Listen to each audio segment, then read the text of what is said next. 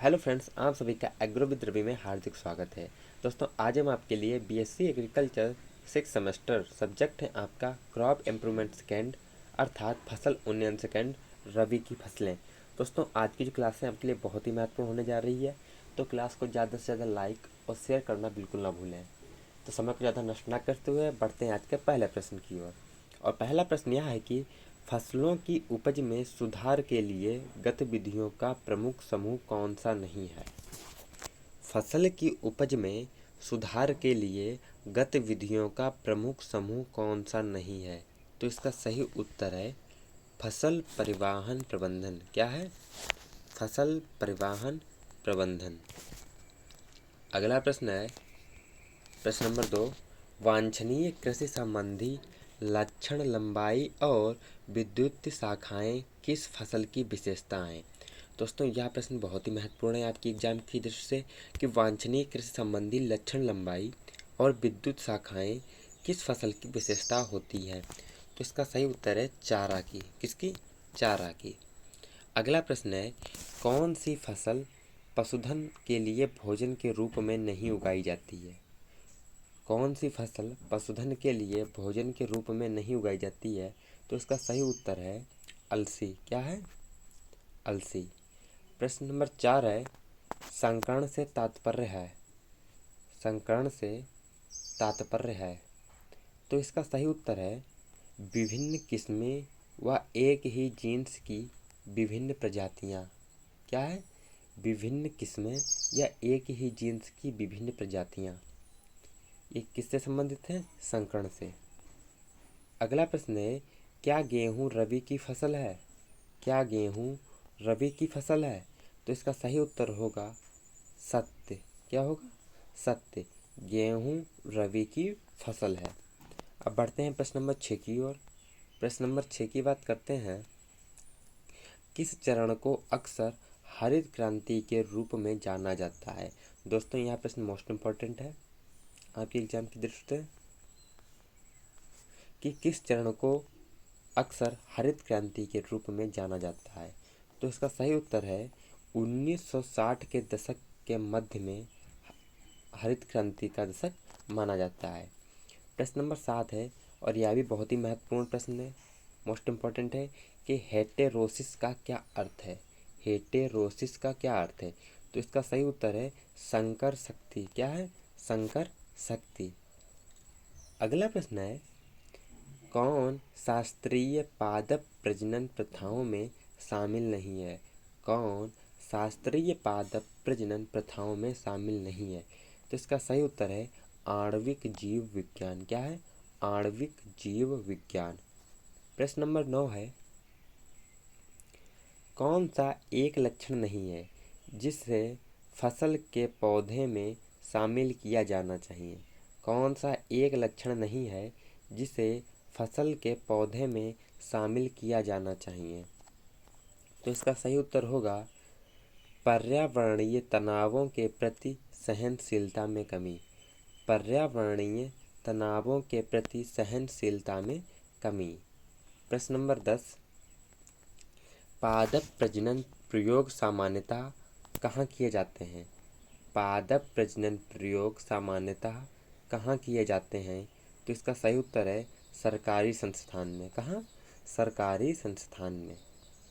प्रश्न नंबर 11 कौन सा पादप प्रजनन तकनीक का मुख्य चरण नहीं है। कौन सा पादप प्रजनन तकनीक का मुख्य चरण नहीं है। तो इसका सही उत्तर है रोगग्रस्त माता पिता के बीच क्रॉस हाइब्रिडाइजेशन। क्या है? रोगग्रस्त माता पिता के बीच क्रॉस हाइब्रिडाइजेशन। प्रश्न नंबर 12 है पादप प्रजनन का उद्देश्य उत्पादन करना है। तो पादप प्रजनन का उद्देश्य उत्पादन करना, क्या उत्पादन करना है। इसका सही उत्तर है रोग मुक्त किस्में, अधिक उपज देने वाली किस्में व जल्दी पकने वाली किस्में।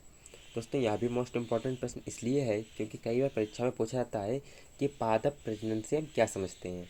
तो इसका सही उत्तर यह होगा कि रोग मुक्त किस्में, अधिक उपज देने वाली किस्में व जल्दी पकने वाली किस्में।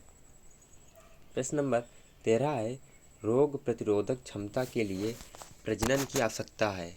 रोग प्रतिरोधक क्षमता के लिए प्रजनन की आवश्यकता है? तो इसका सही उत्तर है प्रतिरोध का एक अच्छा स्रोत नियोजित संकरण व रोग परीक्षण।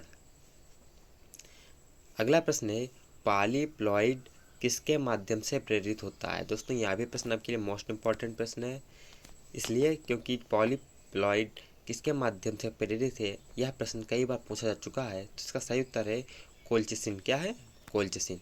अगला प्रश्न है हेटेरोसिस है, हेटेरोसिस है तो हेटेरोसिस क्या है? तो हेटेरोसिस अपने माता पिता पर संकरों की श्रेष्ठता की सबसे तेज विधि है। अपने माता पिता पर संकरों की श्रेष्ठता की सबसे तेज विधि है। अगला प्रश्न है कि पादप प्रजनन की सबसे तेज विधि है, पादप प्रजनन की सबसे तेज विधि कौन सी है? तो इसका सही उत्तर होगा उत्परिवर्तन प्रजनन। क्या है? उत्परिवर्तन प्रजनन। अगला प्रश्न है पौधों की नई किस्मों का उत्पादन किसके द्वारा किया जाता है? पौधों की नई किस्मों का उत्पादन किसके द्वारा किया जाता है? तो इसका सही उत्तर है चयन और संकरण। क्या है? चयन और संकरण। अगला प्रश्न है शुद्ध नस्ल की नस्ल को संदर्भित करता है। दोस्तों यह भी प्रश्न बहुत ही महत्वपूर्ण है कि शुद्ध नस्ल की नस्ल को संदर्भित करता है। तो इसका सही उत्तर है केवल समयुग्मता। क्या है? केवल समयुग्मता। अगला प्रश्न है एक वैज्ञानिक पौधों पर वायरल प्रभावों का अध्ययन करना चाहता है, पौधे के किस भाग को बाहर रखा जाना चाहिए? तो इसका सही उत्तर है एपेक्स शूट करें। क्या है? एपेक्स शूट करें। अगला प्रश्न है दैहिक संकरण किसके माध्यम से प्राप्त किया जाता है? दैहिक संकरण किसके माध्यम से प्राप्त किया जाता है? तो दैहिक संकरण प्रोटोप्लास्ट संलयन के माध्यम से प्राप्त किया जाता है। अगला प्रश्न है दोस्तों यह भी मोस्ट इम्पॉर्टेंट प्रश्न है कि वेगिंग किया जाता है, वेगिंग किसके मध्य किया जाता है? तो विदेशी पराग से संदूषण को रोकने के लिए। अगला प्रश्न है सूक्ष्म प्रवर्धन की एक तकनीकी है। तो सूक्ष्म प्रवर्धन दैहिक भ्रूण जनन की एक तकनीक है। किसकी है? दैहिक भ्रूण जनन की एक तकनीक है। अगला प्रश्न है दोस्तों यह भी मोस्ट इम्पॉर्टेंट प्रश्न है कि संकर बीज उत्पादन में किस बांझपन का उपयोग किया जाता है? संकर बीज उत्पादन में किस बांझपन का उपयोग किया जाता है? तो इसमें सही उत्तर होगा साइटोप्लाज्मिक आनुवांशिक नर का प्रयोग किया जाता है। अगला प्रश्न है कि बड़े पैमाने पर चयन में पौधों का चयन किस आधार पर किया जाता है? तो इसका सही उत्तर है समलक्षणियों के आधार पर किया जाता है। और दोस्तों यह भी प्रश्न मोस्ट इम्पॉर्टेंट प्रश्न है। अगला प्रश्न है कि वंशावली प्रजनन में एकल पौधों का चयन किया जाता है जिसमें किस पीढ़ी में से एक होता है?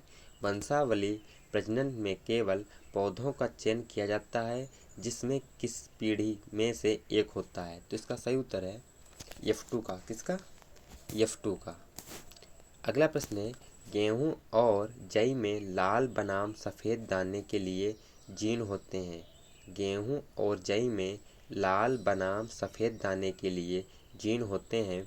तो इसका सही उत्तर है 3 होते हैं। कितने जीन होते हैं? 3 जीन होते हैं। अगला प्रश्न है कि गेहूं में पर परागण होता है। तो गेहूं में 5% से कम पर परागण होता है। अगला प्रश्न है प्रश्न नंबर 28 पॉलीप्लॉइड को प्रेरित करने के लिए किस रसायन का उपयोग किया जाता है? तो इसका सही उत्तर है कोलोबिसिन्स। किसका? कोलोबिसिन्स का।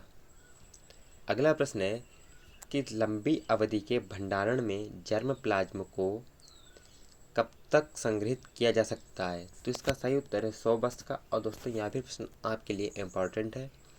और अगला प्रश्न है कि प्रकृति अवस्थाओं में जीन द्रव्य का संरक्षण को क्या कहते हैं? दोस्तों यह प्रश्न आपके लिए मोस्ट इम्पॉर्टेंट प्रश्न की लिस्ट में आता है। और यह प्रश्न परीक्षा में कई बार पूछा जा चुका है कि प्रकृति अवस्था में जीन द्रव्य का संरक्षण को क्या कहा जाता है? तो इसका सही उत्तर है इन सीटू संरक्षण। क्या कहते हैं? इन सीटू संरक्षण। तो दोस्तों आज की क्लास हमारी यहीं पर समाप्त होती है। मिलते हैं अगले क्लास में नए प्रश्नों के साथ और नए टॉपिक के साथ। तब तक जय हिंद, जय भारत।